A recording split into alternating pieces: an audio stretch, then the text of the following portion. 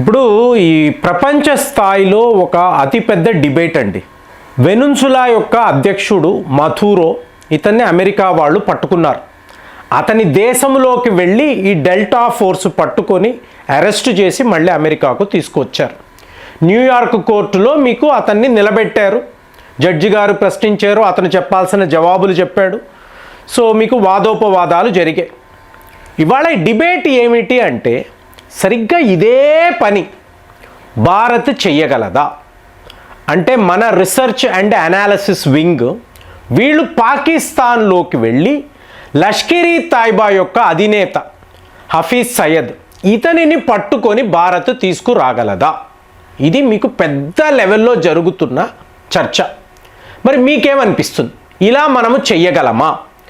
2026లో భారత్ ఇలాంటి ఒక కోవర్ట్ ఆపరేషన్ని చెయ్యగలిగితే అడిగేది ఎవరు?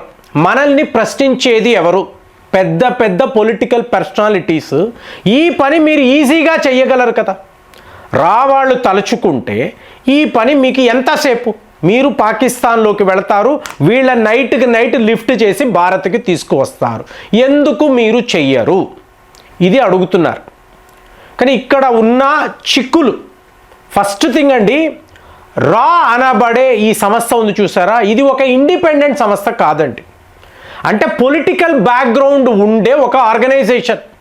ఆ రోజుల్లో ఇందిరాగాంధీ గారు తన మీద ఎవరైతే కుట్రలు పన్నుతున్నారో తెలుసుకోవడానికి ఇలాంటి ఒక ఇంటెలిజెన్స్ వింగ్ని ఆవిడ రెడీ చేశారు. సో దాని యొక్క ఎక్స్టెన్షనే మీకు రా. మరి ఇప్పుడు రా వాళ్ళు ఈ పని చెయ్యాలి అనుకోండి, మీకు పర్మిషన్ కావాలి. ఎవరి పర్మిషన్ కావాలి అంటే, అజిత్ దోవెల్ గారి పర్మిషన్ ఇవ్వాలి. అజిత్ దోవెల్ గారి పని చెయ్యాలి అంటే డైరెక్ట్గా మోదీ గారితో ఈయన కన్ఫర్మేషన్ తీసుకోవాలి. సో ఓవరాల్గా ఒక పర్మిషన్ అనుకోండి. ఈ పర్మిషన్ అన్నప్పుడు చూడండి, ఇప్పుడు ఆపరేషన్ సింధూర్ జరుగుతుందండి.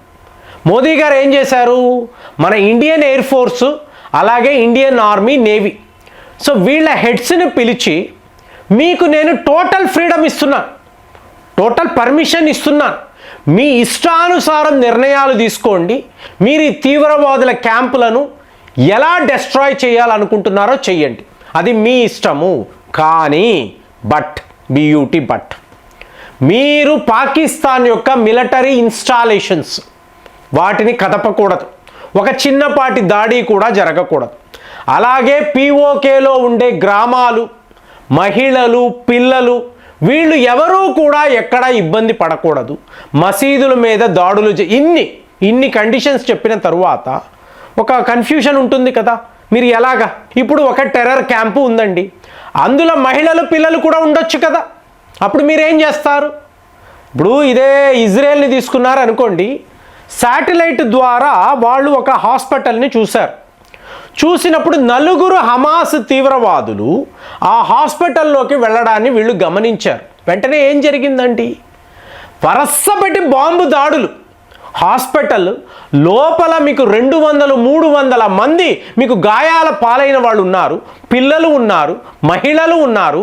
కానీ 4 తీవ్రవాదుల కోసము టోటల్ హాస్పిటల్నే మీకు ఇజ్రాయెల్ వాళ్ళు డెస్ట్రాయ్ చేసేసారు. మనం చేయగలమా? మీరు అసలు ఊహించగలరా? ఇది జరిగే పనేనా? ఇంపాసిబుల్. మనం ఏమంటున్నాం, పక్కన ఉండే బిల్డింగ్కి కూడా ఏం కాకూడదు, ఓన్లీ తీవ్రవాద క్యాంపు మీద మాత్రమే. అంటే ఎంత ప్రిసైజ్గా, ఎంత ప్లానింగ్తో మీరు చేయాల్సి ఉంటుంది. మరి ఇప్పుడు రా వాళ్ళకు మీరు పర్మిషన్ ఇచ్చారండి, వీళ్ళు ఎటువంటి కొలెటరల్ డ్యామేజ్ జరగకుండా వెళ్ళి ఈ హఫీజ్ సయ్యద్ను పట్టుకొని భారత్ తీసుకురావాలి అంటే ఎంత పెద్ద పని. పని చాలా చిన్నది, కానీ పొలిటికల్ బ్యాక్గ్రౌండ్ చూసారో అనుకోండి, చాలా కష్టం అనిపిస్తుంది. ఎందుకు అంటే రేపు మీరు ప్రపంచానికి జవాబు చెప్పాలి. ఇతను యునైటెడ్ నేషన్స్ డెసిగ్నేటెడ్ తీవ్రవాది అంటే, ఇతన్ని పట్టుకుంటే ఎవరు భారత్ని అడగరు. ఎందుకు నువ్వు ఇతన్ని పట్టుకున్నావు? అమెరికా వాడు అడగడు. ఎందుకు? రూల్స్ అండ్ రెగ్యులేషన్స్ ప్రకారము ఇతనిని మీరు పట్టుకోవచ్చు. కానీ ఇతనికి స్టేట్ ప్రొటెక్షన్ ఉంది, పాకిస్తాన్ వాడు ప్రొటెక్షన్ ఇస్తున్నాడు. మనము దుబాయ్ నెట్వర్క్ ద్వారా ఇతనిని లేపేయడానికి ఎన్ని ప్రయత్నాలు జరిగాయి, కానీ పాకిస్తాన్ ఆర్మీ ఇతనికి రక్షణ ఇస్తుంది. ఇవాళ పరిస్థితి ఏంటి, ఒక కాలనీలో ఇతన్ని ఉంచుతున్నారండి.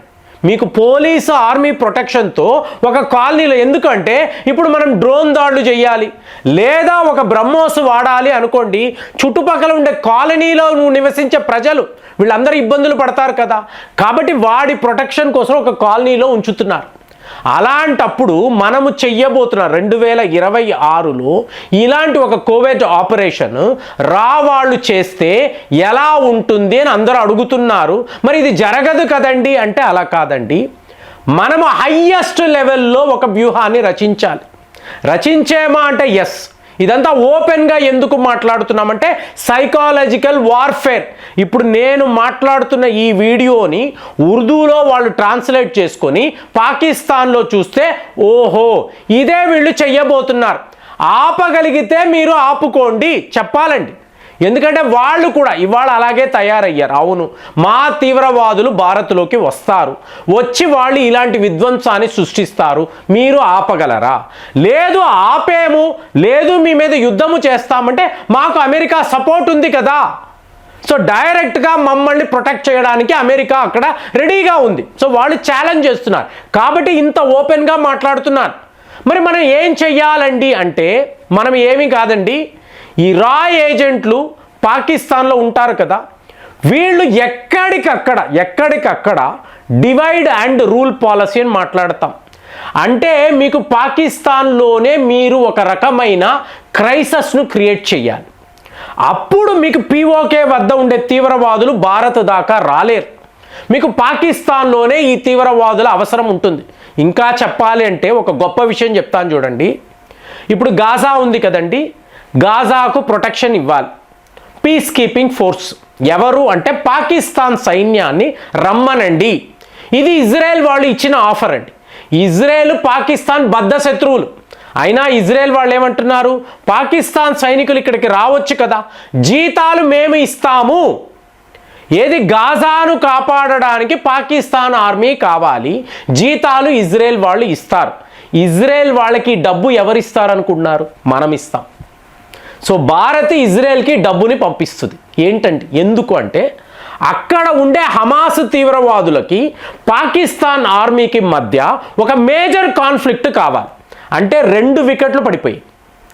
అలాగే మీరు పాకిస్తాన్ లోపల చూశారు అనుకోండి, ఇప్పుడు ఇండస్ వాటర్ ట్రీటీ అన్నాం, మంచు కరుగుతుంది కదండి. జనవరి నెల ఇంకొక 2 నెలలు అయ్యాక మీకు వేడి పుట్టుకొస్తుంది, మీకు మంచు అంతా కరుగుతుంది, మీకు సరిగ్గా ఈ నదులు ఏవేవైతే నదులు ఉన్నాయో అక్కడ ఉండే డ్యాముల వద్ద మీకు నీరు అనేది చేరుతుంది. సో చేరుతున్నప్పుడు మనం ఏం చేస్తాము, టోటల్గా వాటర్ని ఆపేస్తాం. Water war. ఇమీడియట్గా ఇస్లామాబాదు, లాహూర్, సింధ్ ప్రావిన్స్ ఇక్కడ నిరసనలు అనేవి మొదలవుతాయి.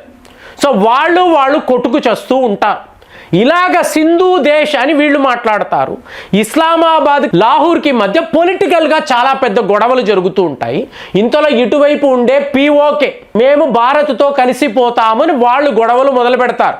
మీకు ఇటువైపు ఖైబర్ పఖ్తూన్ఖ్వాలో ఇమ్రాన్ ఖాన్ సపోర్టర్స్ ఆయుధాలు పట్టుకొని పాకిస్తాన్ ఆర్మీ మీద విరుచుకు పడతారు. బలూచ్ లిబరేషన్ ఆర్మీ వాళ్ళు మేము భారత్తోనే ఉన్నాము, మళ్ళీ ఇంకొక ఆపరేషన్ సింధూర్ వాళ్ళు మొదలు పెడితే మేము పాకిస్తాన్లో ఉండే వాళ్ళకి సపోర్ట్గా నిలబడతాము. మీకు గేమ్ అర్థమయ్యే ఉంటుంది. ఒక పర్మిషన్ అంటే ఈ స్థాయిలో ఈ స్ట్రాటజీ ఉండాలండి. మరి ఇదే అజిత్ దోవెల్ గారు ఇవాళ వర్కౌట్ చేస్తున్నారా? మన రా ఏజెంట్లు పాకిస్తాన్లో ఉండేవాళ్ళు దుబాయ్ నెట్వర్క్ ద్వారా దీనిని ఏ స్థాయిలో తీసుకువెళ్ళాలో, ఇందులో దావూద్ ఇబ్రహీం కూడా ఉన్నాడు. వాళ్ళు సయ్యద్ హఫీజ్ని లేపేయడం అనేది చాలా ఈజీ. 2026లో ఇలాగ మనము వేసుకున్న ఒక హాట్ లిస్ట్ ఈ తీవ్రవాదులు, వీళ్ళ విషయంలో ఇదే మనం చెయ్యబోతున్నామా? మన కోవిడ్ ఆపరేషన్ ఇలాగే ఉంటుందా? పెద్ద స్థాయిలో చర్చలు జరుగుతున్నాయి. మరి ఇది ఎలా వెళుతుంది? మీకేమనిపిస్తుంది? కామెంట్స్లో రాయండి. మళ్ళీ వచ్చే వీడియోలో కలుద్దాం. జై హింద్.